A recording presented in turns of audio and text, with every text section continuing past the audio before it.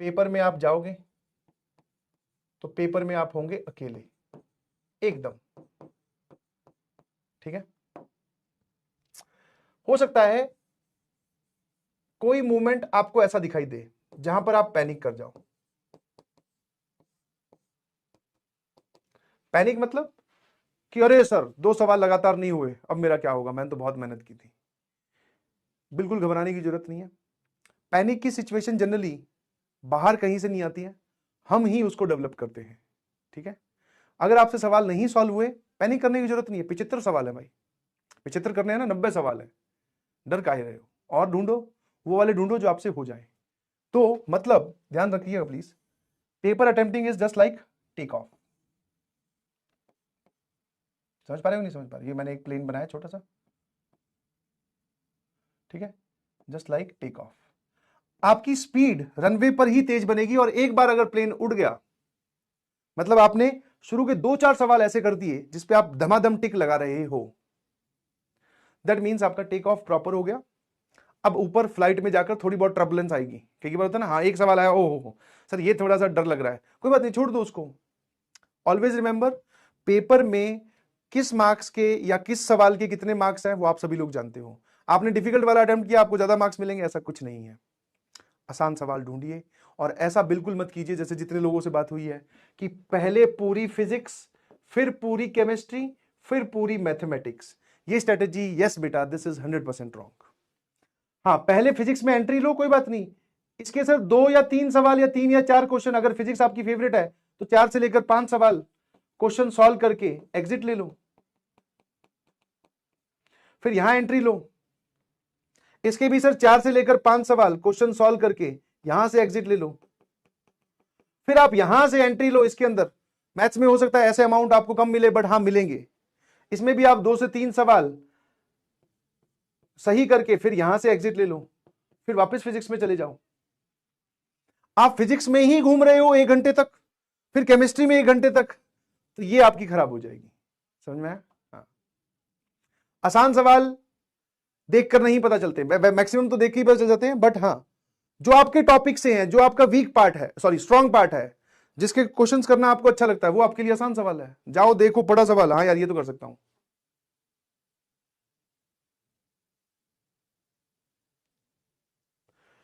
Easy सवाल आपको सबसे पहले करने हैं। टोटल अमाउंट मिलाकर अगर आपने 10 सवाल भी कर दिया ना, चाहे 4 फिजिक्स के, 4 केमिस्ट्री के, 2 मैथ्स के, कोई दिक्कत नहीं। आप शुरू के आधे घंटे में वो 10 सवाल कीजिए, उसके बाद में आप लाइन से सवालों को लीजिए।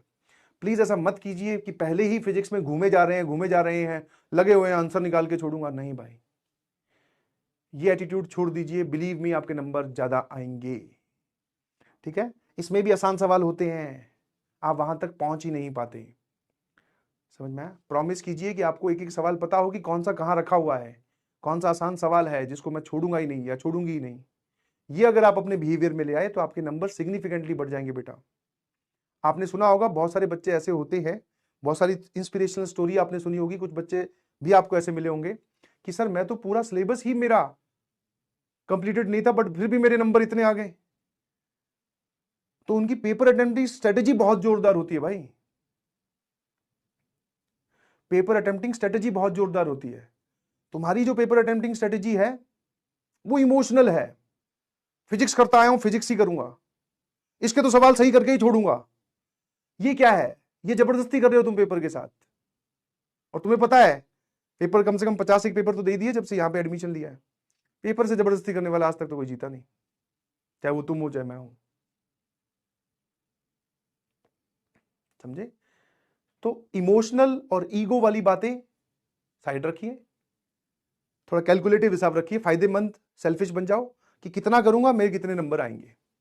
ज्यादा करने से, सर फिजिक्स तो बहुत अच्छे से पढ़ी थी, केमिस्ट्री तो सर मेरी फेवरेट थी, देखो टिक करो, सभी लोग यही बोलते हैं कि केमिस्ट्री में तो नंबर आने चाहिए। ये बात आपकी प्री अज्यूम्ड है, एग्जामिनेशन से बाहर थी, अंदर गए, हो सकता है केमिस्ट्री का ही पेपर टफ आ गया, तो वहां पर आप में कैपेबिलिटी होनी चाहिए, you can handle the situation. Sir maths tough आती है सर, आपने कम से कम 10,000 बार बोला है। पेपर से अंदर गए तो देखा मैथ्स के तो सवाल ऐसे आए हुए हैं कि देखो टिक करो, ऐसा आ गया तो। और मान लो पेपर ऐसा आया कि देखो टिक करो, मान लो जैसे कि इमेजिन सिचुएशन, और तुम फिजिक्स केमिस्ट्री करते करते मैथ्स तक पहुंचने वाले हो, एग्जामिनेशन से बाहर आकर आपको पता चलता है कि मैथ्स आसान आई थी, ये केमिस्ट्री आसान आई थी, कुछ भी तो आसान आई थी, मुश्किल आई थी, ये आपको भी पता होना चाहिए। पेपर के अंदर बाहर आने के बाद में हर सवाल आसान होता है। यस, सब कोई कर लेते हैं ओ यार बोल के, बस वो ओ यार नहीं बोलना और पेपर के अंदर ही करके आना, यही इतना सा चैलेंज है बस। तो अपनी प्री अज्यूम चीजों को पेपर में, हाँ ये हमारा एक्सपीरियंस में काम आता है सर, कि मैथ्स डिफिकल्ट आ रही है, केमिस्ट्री फिजिक्स आसान आ रही है, स्कोरिंग आ रही है, हम नंबर ला सकते हैं, ये हमारे प्री अज्यूम फैक्टर्स हमारे काम आते हैं। बट यही रियलिटी है, इस बात को लेके मत जाइएगा पेपर में। मान लो मैथ्स की आसान पेपर डाला हो तो इस बार, मुझे भी नहीं पता, और डाला हो तो सर हो तो क्या, वो हमारा तो रह जाएगा। फिर भी बाहर आके आप निकलो एग्जामिनेशन, बाकी लोग बात कर रहे होंगे, अरे भाई मैथ्स के इस बार देखे तूने कितने आसान सवाल आए। जेईई एडवांस का 2017 का जो लोग पेपर देने गए थे उनको ये बात नहीं पता थी, एडवांस की बात कर रहा हूं, बट आया ना, तो there is a possibility. Yes, paper आपका पूरा देखा हो, आपको पता हो कि कौन सा सवाल कहां पर है, किसको कब किल करना है, ये सब सारी बातें आपको मदद करती हैं बेटा, ठीक है। और पेपर में अगर आप पैनिक होते हो, कुछ नहीं, आंखें बंद कीजिए, अपने गुरुजनों की बातें याद कीजिए, माता पिता का चेहरा याद कीजिए, ठीक है।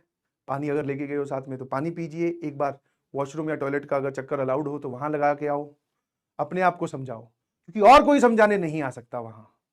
और बाकी दुनिया तो चाहती ही है कि पैनिक हो जाओ तुम। मतलब तुम अगर एज एन इंडिविजुअल आइडेंटिटी बात करो, दूसरे से पूछो, तो वो ये अपने मुंह से बोल के नहीं चाहेगा, ऐसे नहीं बोलेगा अच्छा तेरा पैनिक हो जाए, तेरा खराब हो जाए, बट उसको तेरे पैनिक होने से कोई मतलब भी नहीं है, नहीं समझे। हाँ। तो अपने आप को ही समझाना कि नहीं, अभी भी इस पेपर में चाहे सबसे डिफिकल्ट पेपर आए, मैं एक और वर्स्ट केस सिनेरियो बोलता हूं, आज तक की हिस्ट्री का सबसे डिफिकल्ट पेपर आए, तब भी आप मैथ्स में 10 सवाल सही करके आ सकते हो। 15 डिफिकल्ट डाल देगा, 10 तो होंगे अभी भी सर, 10 10 10, 40 थी 120, नहीं समझे, ये है खेल। और अब आने वाले दिनों में बहुत अच्छे से रिवीजन कीजिए, है ना, बहुत जल्दी आपसे मुलाकात होगी, फिर हम मिलेंगे, फिर से लाइव सेशंस लेंगे, ठीक है, फिर आगे की जर्नी स्टार्ट करेंगे। But yes, this time is very important, जुट जाइए, लग जाइए, किसी के बारे में कुछ मत सोचिए, क्योंकि जब भविष्य बदलता है तो वो बता के नहीं बदलता कि अरे भाई तेरे अच्छे दिन आने वाले हैं, तू अभी सेलेक्ट होने वाला है, ऐसा कोई बता के नहीं जाएगा, वो अचानक से आ जाएगा सर, बस हम मेहनत करते रहे, ठीक है जी।